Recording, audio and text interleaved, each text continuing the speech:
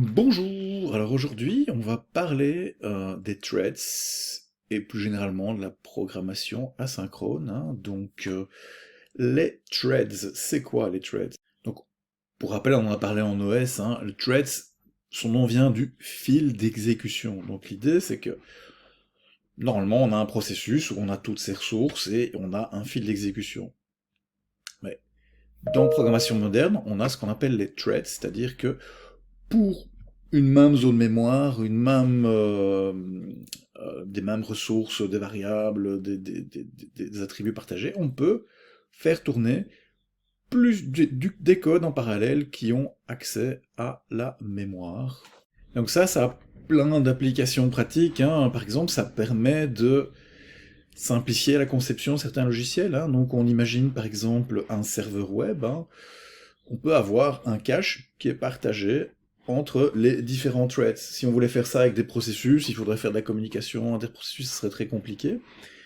Ou par exemple un autre exemple que j'ai donné au cours de S aussi, hein, si on conçoit par exemple un logiciel interactif, il y a différentes choses à faire, hein. Il faut surveiller, il faut attendre des choses qui viennent du clavier, il faut attendre des choses qui viennent du disque éventuellement, il faut faire du rendu.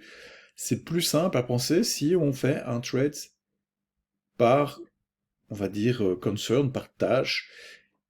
Mais malgré tout, ces threads, ils ont accès, par exemple, au texte qu'on est en train de taper dans le cadre d'un traitement de texte, hein. Donc ça permet, le fait d'avoir des threads permet de partager la mémoire, mais d'avoir des choses qui se passent en parallèle. Une autre motivation, c'est évidemment, on a plusieurs processeurs dans notre machine, donc dans certains cas, si on a beaucoup de calculs à faire, on veut peut-être que les choses se passent sur différents cœurs, hein. Et donc, ça, c'est une des grosses motivations des threads. Alors, en Java, comment ça se passe? En Java, en fait, on a une classe threads qui permet de rendre tous les services, de rendre parallélisables des morceaux de code et d'exécuter des morceaux de code en parallèle. Alors, on hérite de cette classe, et du coup, en fait, on a une méthode run qu'on peut overwrite, dans laquelle on va mettre, en fait, le traitement qu'on veut faire en parallèle. Alors ici, dans l'exemple, c'est assez simple en fait, hein. Donc ma classe, simplement, on va la construire en lui passant un message. Elle va dormir un temps aléatoire, et puis elle va afficher les choses. Donc on ne fait pas vraiment de traitement, mais c'est pour montrer que les choses se passent en parallèle. Alors comment est-ce qu'on lance le thread? On le crée, et ensuite, on a une méthode start qui va lancer le thread. Et donc, on va tester ça tout de suite. Voilà, je lance mon programme. Alors on voit que bon, il dort aléatoirement entre 1 et 10 secondes. Et donc, on voit ici que comme le temps est aléatoire, eh bien, en fait, s'il n'est pas dans l'ordre, hein, hello, what's up, world, donc on voit que les choses se sont déroulées en parallèle. Alors si on aurait eu du traitement, évidemment, les traitements seraient faits en parallèle aussi. Alors le thread c'est sympa, mais c'est une classe qu'on doit hériter, donc en fait on se brûle un peu l'héritage, vu qu'on peut faire qu'un seul héritage en Java. Donc on va plutôt utiliser ce qu'on appelle l'interface Runnable, qui en fait exactement la même chose, mais ça a l'avantage d'être une interface. Comme de toute façon on était quand même en train de redéfinir la méthode run, donc voilà, on peut rester sur l'interface. Donc on a le Runnable, qui nous oblige à implémenter la méthode run, qui en fait a exactement le même rôle que dans la classe euh, threads. La seule différence, c'est la façon de les construire, hein. C'est-à-dire qu'on va quand même construire un thread, mais au constructeur de thread, on va lui passer un runnable. Et donc ici, on va voir exactement le même comportement. Alors on peut visualiser ce qui se passe à l'aide du diagramme de séquence suivant, hein. Donc voilà, on a les threads qui sont lancés, ils dorment un temps aléatoire, et puis ils se réveillent de façon aléatoire, mais tous ici, ils continuent, enfin ici, ils dorment en parallèle, mais on pourra avoir du traitement en parallèle, hein. Donc voilà. Alors on pourrait se demander ce qui se passe dans le fond, quand est-ce que le programme s'arrête vraiment, enfin quand est-ce que mon main... En fait, si vous voyez ici, en fait on a un thread principal ici, hein, qui va lancer des threads secondaires, mais quand est-ce que ce thread ici s'arrête?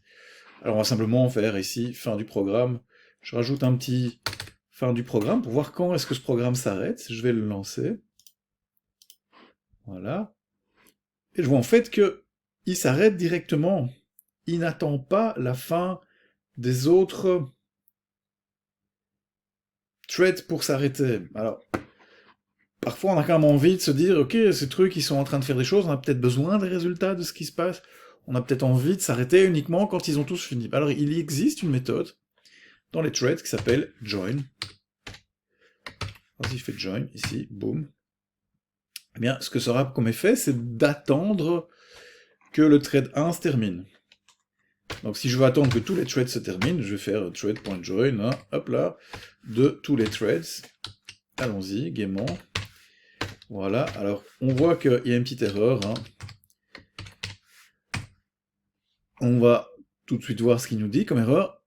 Alors, interrupted exception, c'est pourquoi est-ce qu'il y a une interrupted exception? C'est parce que... Oh là là, il m'a tout mis en... Voilà, je vais peut-être faire pas ça. Pom pom. Voilà. Pourquoi il y a ça? C'est parce qu'en fait, comme on est en train d'attendre, ben, si maintenant on arrête le programme, on verra qu'on peut envoyer une commande pour dire j'arrête maintenant ce qui est en train de s'exécuter, ben peut-être qu'on a envie de savoir qu'on a été interrompu. Et donc il y a une exception qui est levée si on est interrompu alors qu'on est en train d'attendre. Et donc ici, ce que je vais faire, c'est simplement, je vais mettre ça surround with, alors on le voit pas dans mon écran, mais je vais surround with thread. Voilà, donc ici, si jamais on m'interrompt, ce qui n'arrivera pas, on aura un petit message. Alors je vais relancer donc le main ici pour voir ce qui se passe lors de l'exécution. Et on voit que cette fois-ci, le message de fin, il n'apparaît que quand tous les threads sont terminés. Contrairement à tout à l'heure où on allait tout de suite à la fin du programme. Donc ça, c'est quand même intéressant à savoir. Pour terminer sur ces threads ici, je vois un peu comment est-ce qu'on peut interrompre un thread. Donc j'avais dit ici, on a un try-catch avec, si jamais on est en train d'attendre, ou de calculer, ou de faire des choses, si on peut être interrompu, eh bien, on a une exception qui est levée. Alors, je vais dire que je vais attendre que le thread 1 se termine, et après, dès que le thread 1 est terminé, je vais interrompre tous les autres. Donc le thread 1 ne sera pas forcément le premier à s'arrêter, mais on va dire que, voilà, on va attendre tous les autres. Bon, peut-être que ça va planter s'il y en a un déjà qui est fini. Alors pour ça, on va y aller. Donc je vais exécuter ce truc-là, voir ce qui se passe. Hop là. Et donc, on va voir quel thread va s'arrêter en premier. World. Voilà. Et donc ici, on voit, c'est quand hello était le thread 1. Et donc dès que hello est fini, finalement, c'est la fin du programme, mais aussi, j'ai dit, j'interromps tout le monde. Et on voit ici, ben voilà, j'ai l'interruption de... comment dire? Voilà. Et donc j'affiche ce qui était prévu. Donc on peut interrompre ici. Alors ici, il y a autre chose, peut-être pour être complètement complet. Pour être complet, donc, dans le cadre des threads, pas de l'interface runnable, mais bien de la classe thread, il y a en fait une méthode qui s'appelle isInterrupted, qui dit en fait, on a appelé la méthode interrupt dessus, donc on peut faire un while not isInterrupted. Donc, voyons, si on est dans le cadre d'un runnable, il faudra faire à la main un attribut qu'on set, quoi. Donc voilà.